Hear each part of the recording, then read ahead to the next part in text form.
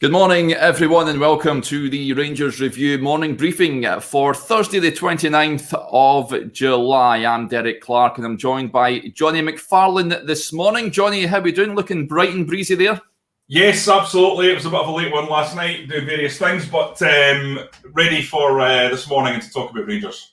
Yeah, absolutely. Plenty to talk about as ever with regards to Rangers. Firstly, we'll look at Steven Gerrard. He's gave an interview to ESPN, and it's good news for Rangers supporters. He's basically reaffirmed his commitment to the club. Of course, he was linked with a number of jobs over the summer, namely Tottenham, Everton, which was a bit bizarre, in Crystal Palace. But I'll read you some of the quotes he's given to ESPN. "I can't control any media speculation about my position. I don't welcome it. I don't add to it. All I do is focus on the job I have here. And I'm very flattered and grateful for the position. I'm very happy here. I've said it on numerous occasions. It's a huge club. I'm settled. I'm happy. And I can continue to develop and keep trying to push this team forward." He's been saying that, I think, all throughout, hasn't he, Johnny? So I think he is quite natural. He is going to be linked to clubs, especially down south, given the success he's achieved. But it's welcome to hear these sort of words if you're a Rangers supporter. Yeah, absolutely. I've never really thought it was a concern about Gerrard leaving, especially not in pre-season or sort of during a season. His entire brand as a player has been about loyalty and doing the right thing. And I just don't think he's the type of character that would get up and leave. Now, listen, Rangers fans of a certain vintage probably would have felt the same way about Graham Souness. You know, sometimes these things happen when you least expect them, and you can never say never in football. But I really do think Steven Gerrard is excited by the challenge at Rangers.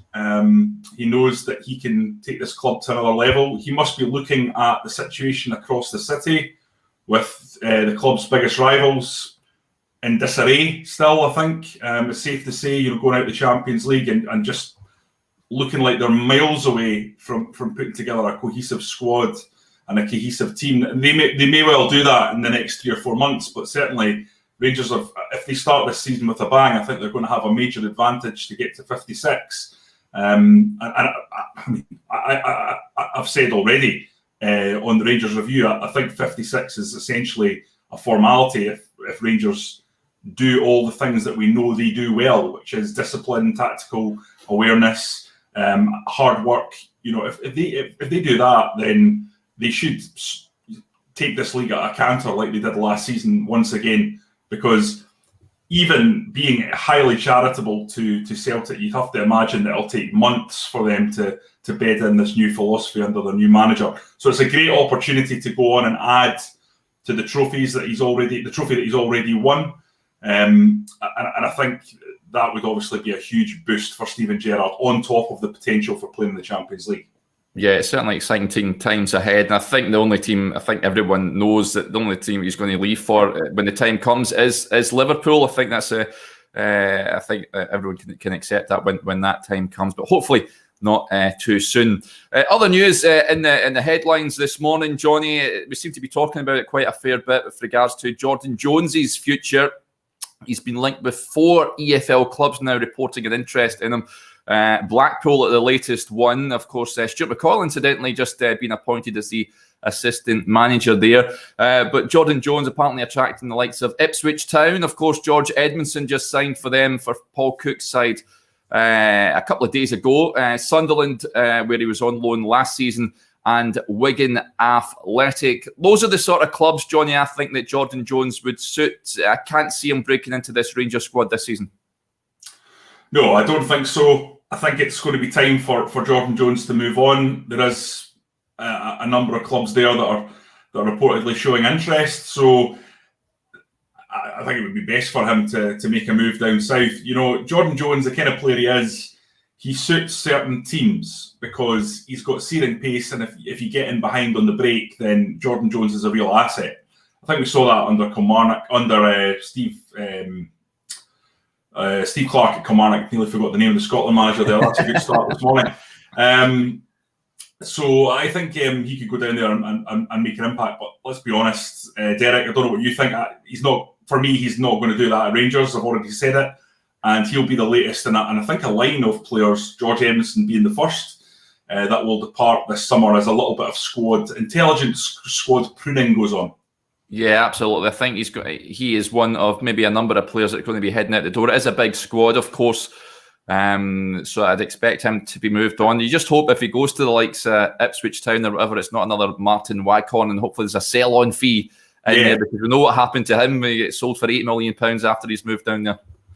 Yeah, well, I think, to be honest, I always quite liked Waghorn as a player. I think Waghorn's a bit more multi-dimensional than Jordan Jones, but Jones is the kind of player that could go down there and do really well and get a move. So, I think that's definitely would be a wise move.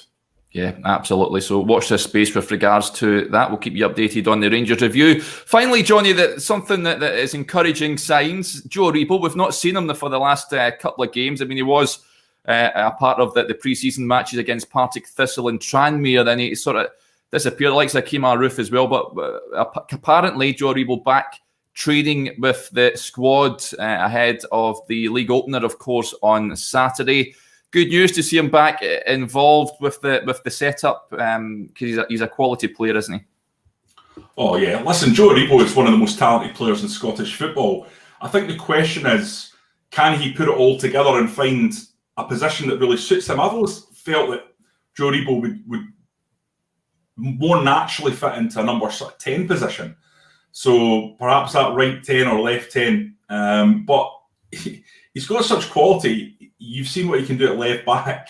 This is a guy that can play kind of anywhere, because he's got quite a wide skill set. Not only is he incredibly skillful, the total definition of the baller, but he's got a bit of dig about him as well.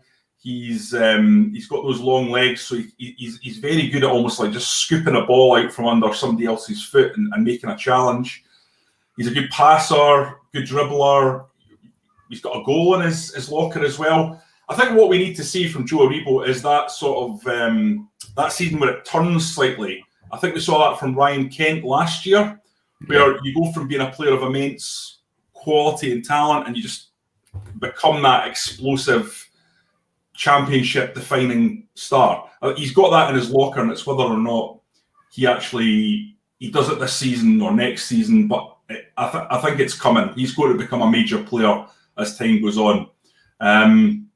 I was listening to Leon Balogun, who did an excellent interview with the Beautiful Game podcast. I don't know if you listened to it, Derek. Yeah. And the guys were asking him about Aribo, and he was basically saying he's a complete baller. He's so difficult to get the ball off. He's just got great talent. And Balogun was saying that he thinks he's going to become a number 10 as time goes on. And I would have to back that up. I think that's his natural position. But Rangers, they'll benefit from having a player that's so versatile, who can play across that left side essentially as well. Yeah, and you touched on playing at left back. I've got to admit, I loved him playing at left back at the tail end of last season. I thought he was absolutely sensational. And you've seen Gerrard, I think it was after the Livingston game away or something like that. He says that good players can play, but really great players. That's easy for Steven Gerrard, who could play any position. But he really I was hearing somebody was talking about that in a podcast, and they were saying that it was actually Balogun. He was talking about how his agent was a big instrumental part in him coming to Rangers, and his agent was saying Steven Gerrard was the most all-round gifted player he'd seen in English football, because he could literally play in any position. You put him in any position and he would do well, whether it be right back or striker or midfield. He had the talent. His ability was so broad. I think Aribo's got a little bit of that, to be honest. I mean, what do you think this can be a sort of breakthrough season? I think he sort of had it last season. I think he was terrific last season. Maybe a tad inconsistent in his opening campaign, but I think he really came into his own last season, and he offers that versatility, and it doesn't just fit in and fill a hole. He performs to a really high standard as well. So, I think it's going to be a big season for him. He like a number of players, I mean, he fits the model when they brought him in, of course, from Charlton for next to nothing. When the time does come for him to move on from Rangers, which will come at some point, they're not just making a profit, they're making a shed load of cash, aren't they? Yeah, listen, that's absolutely for sure. You look, I think it was 300,000, something around that. Yeah. The training compensation fee that was paid to Charlton, and we saw the continual salty tears of Lee Boer as he went on Fox Sports to bemoan this fact for about 3 months. It felt like it was. He was complaining about it. He was so hurt about this deal. He really wasn't happy about it. I think it's probably understandable when you lose a player of that talent for 300 grand. But yeah, I think Joe Aribo, this is a guy that Rangers should be saying, and I know they will be saying, if we don't get at least 10 million for this guy, given his talent, then something's going slightly wrong, because definitely he's someone that can really push that ceiling in terms of when he departs, the kind of transfer fee he'd be getting, just because of that broad skill set that we've talked about. Yeah. But he's such an entertaining player to watch. Like you say about him playing at left back, I always remember that goal against Braga. But he's done that a few times, hasn't he? He scored a wonderful goal. I think was it against Ross County last season? Yeah, there was one against Hibs as well. It was an absolute beauty. It was a rocket, and he's got that in his locker. I think maybe that's the one thing. I think, Johnny, where I'm sure Gerrard will be speaking to him, just adding more goals to his game. Yeah, I think that's the one thing. Listen, Derek, I wasn't disagreeing with you that you had a good season last season, but that's what I'm talking about when I'm talking about that season where you sort of explode in goals and assists. So making definitive, decisive actions in that final third. That's where Joe Aribo and players like him are always going to be judged ultimately. Yeah. So yeah, I think that's going to be important for him this season. Yeah, we've got a quick question here before we go from Ronnie Porter, Johnny. Having watched Fashion Sakala, especially against Real Madrid, the guy has great quality, strength to go up against defenders, speed to take them on, and the skill and mindset to deliver a great finish to get goals for Rangers. I think everyone's excited to see him in action. I'd imagine you'll be seeing him against Livingston on Saturday, and that's maybe a headache for Steven Gerrard, isn't it? I mean, I'm not too sure if Morelos will start that game, given that he's not featured in pre-season. I think it's between Itten and Sakala, maybe both, perhaps, if Sakala goes on the right-hand side. Yeah, it's going to be fascinating to see how Steven Gerrard goes against Livingston. We're going to think I'll learn a fair bit, but I think he likes this fluid front line.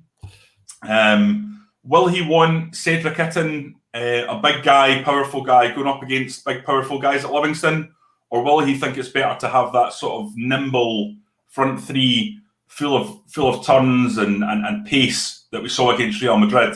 I think he'll go with that, to be honest. But Sakala, I've not seen a Rangers striker make such an exciting debut for quite a long time. I can't remember the last time where, on kind of their first couple of games, someone made such an impact. I thought he was absolutely tremendous against Real Madrid. Yeah. Yes, a bit of a rough diamond, but there were moments in the game that he just showed pure quality, like his pace for the goal.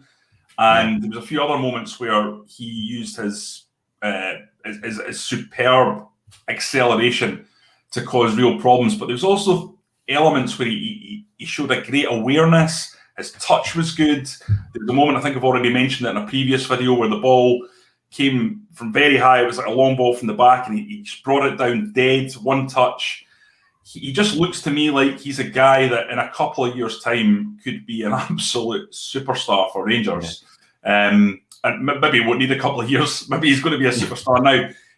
We've not seen a guy come in and just hit the ground running immediately since Michael Malls. That I can think of. I was going to say Malls there, but I hate comparing players. I mean, I've done that once with Michael. I've done that once with Michael O'Halloran and Brian Laudrup, and you can't go there. Oh dear, yes. You shouldn't be admitting that publicly, mate. That should be consigned to the history book. Yeah, I'm not saying that he's like Michael Malls. He's a completely different player, but what I mean is just the impact. People of our vintage, Derek, will remember the kind of huge impression that Malls made in that first sort of 3 or 4 months before he was injured. So yeah, I think he's really exciting. Yeah, Jamie Curry echoes that. His hold-up play looks quite good too for a slender guy. He certainly does. Yeah. I think he's only going to improve once he understands the sort of play the style of play that Gerrard wants to adopt. So yeah, really looking forward to that. That'll do us there, guys. Plenty of stuff on the website today. I mean, if you love your analytics, there's a preview to the Livingston Rangers game. Plenty of XG in there to get your teeth stuck into. And there's also a lovely little analysis piece on Stephen Davis as well. So yeah, plenty to look at on the website. We'll be back again tomorrow. But until then, enjoy your day, folks, and see you then.